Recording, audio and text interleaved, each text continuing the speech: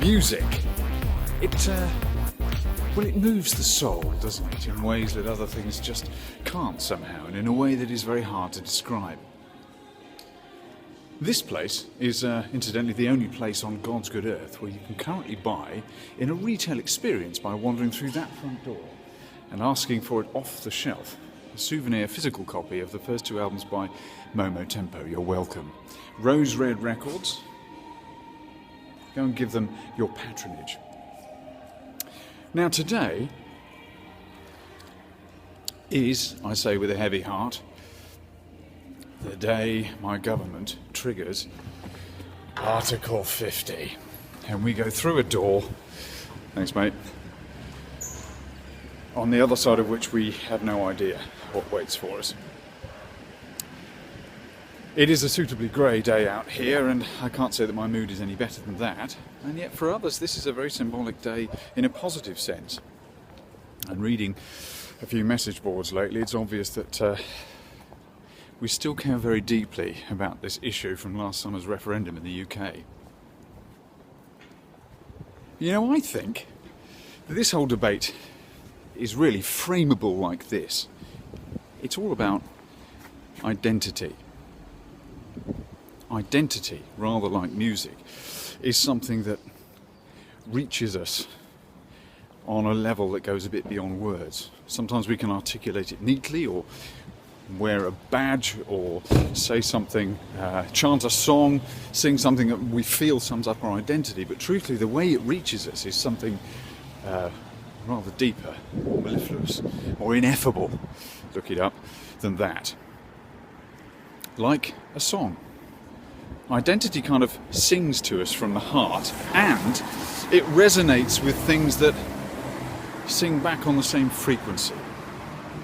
I think a record is a very good way to think of music, because it is a sort of revolution, it's revolutions, isn't it, of groove that makes the air vibrate between the music and our heart. I mean, it's our eardrum, but it reaches our brain and then somehow reaches the soul. So what are the songs of the future that we want to sing to each other? Because it sounds to me like we're still very discordant. And of course it's a tune that's being whistled, sung, a catcall all across the world. The contexts may be different. I'm thinking of America, of course, and trying not to. But that division, that split between those who want change and those who want to make the best of as things were, where does that leave us? Surely the UK referendum was a way of pulling out issues that were already there, things that hadn't been addressed, things that needed attending to, business that needed finally doing, and there was no business as usual for anybody. I have to say that today I'm thinking of my identity as a European citizen, and I can't shake how gutted I am irrationally to lose my EU citizenship. That little circle of stars to me represents the greatest project of peace in human history, nothing less. To other people it represents an imposition. It goes against their identity. It represents a loss of sovereignty, an imposition of foreign identity, and all things that are actually very fair to question and to feel. And after all, none of us feel this fully rationally. There's this effect that's come out of debates like Brexit and, oh dear, I didn't mean to use the word, I hate it. But that debate from last summer in the UK, and of course everything going on in America, where you tell people the facts that counter their strongly felt beliefs and are blatantly anti what they think they believe. And actually telling them the facts that counter their beliefs just reinforces their beliefs, and they become even stronger about it. Well, that's an identity issue, isn't it? That's saying I don't want to change my view of the world. So how are we going to shout at each other down these trumpets and find a way forward? I think my feeling is we've got to see, certainly here in the UK, we have to see the referendum as a moment in time. It was one moment. Yes, it was a gigantic, significant moment, as many are. History turns on moments. Our memory is made up, in the end, of moments. But I don't think we should judge ourselves, define ourselves, or anyone else by how they voted last summer. We were faced with a very difficult challenge.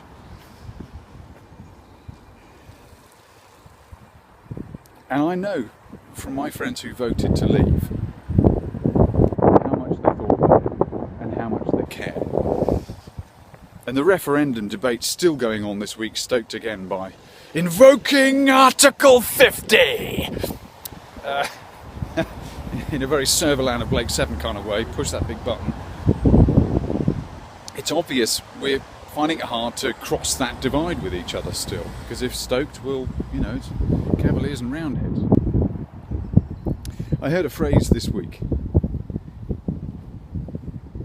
Revolutions are not linear. Dystopias and utopias coexist. Get your head around that. It's on the back of the question, what do we see of the future? Where do we think we're going? Because I think that's the real question for now. Not how did you vote in the referendum, not do you like or dislike the EU. It's what is your vision of the future? Think about it. Answer me that. Tell me that.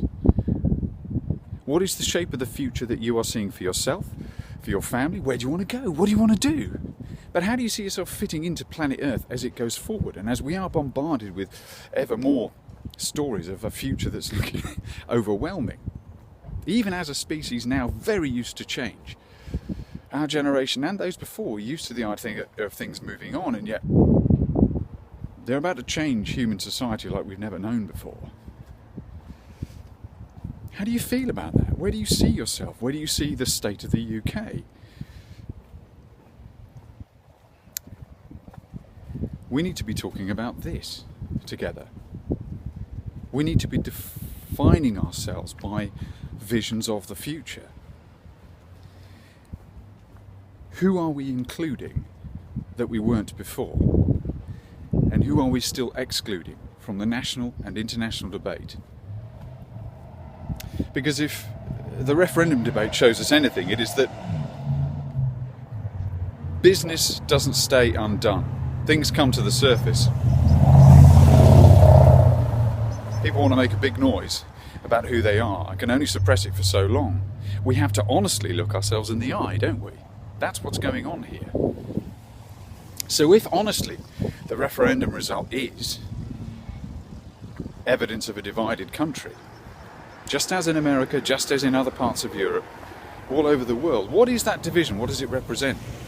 Somebody said to me in the last week or so, is that division drawn across the world right now in 2017 actually one of people who have faith still in the future and people who don't?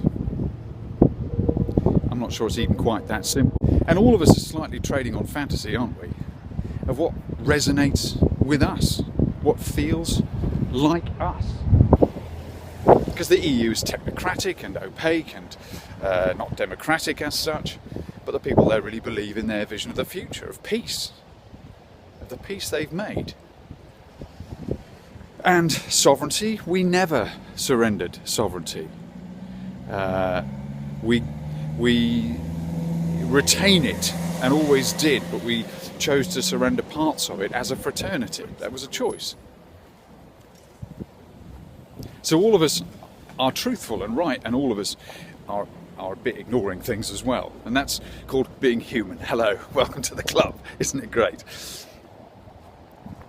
As I look forward on this grey day, I think I want to work along the idea that not to panic about change, because actually this is an opportunity to have honest debates, to throw out a status quo that may be more fundamentally corrupted and broken and going nowhere than any of us have thought before, to start a chapter in human life generally, but certainly for the UK, that is more visionary, more bold, more having to step up than we've ever done before. I also believe in the power of resilient thought and creativity, and that the UK won't entirely sink into the sea. But we have made life hard for ourselves doing this, maybe. But is that the challenge now that we simply have to step up to? Dystopias and utopias coexist. This coffee cup, one of my favourite takeouts in Bournemouth, it's halfway there. The bottom bit is compostable. Hooray, at last. All big coffee chains, why are you being so slow on this? Top bit, still a bit of crap that will be around in a million years floating on the sea. We have to start somewhere. You and I have to start where we are. And it is about visions of the future and how we paint them. I'm looking out at a grey horizon this morning and not feeling great, but I am feeling another possibility that nothing's come along like this since I've been alive. And now we have to make it possible. And some of the people that I've been meeting and talking to lately, and will be a lot more for my next project, are giving me faith that just as dark things are happening, and they are, I am appalled at what's come out on message boards over the last 9 months and how people feel able to say horrible things from far away from each other.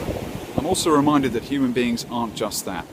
And remember this, whatever someone posts on a message board, however vitriolic, however idiotically disconnected from the human being they're shouting at, it's never the whole story. Never. It's not the whole person. That's the rest of the world out there, and it's the future out there.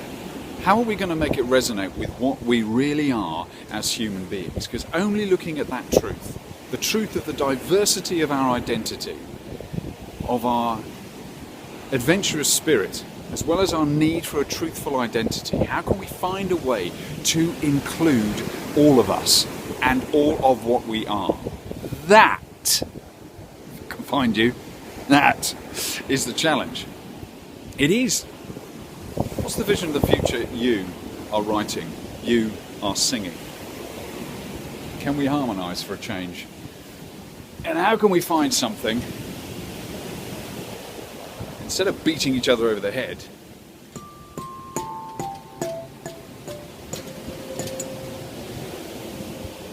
resonates? We're rather more melodically than that.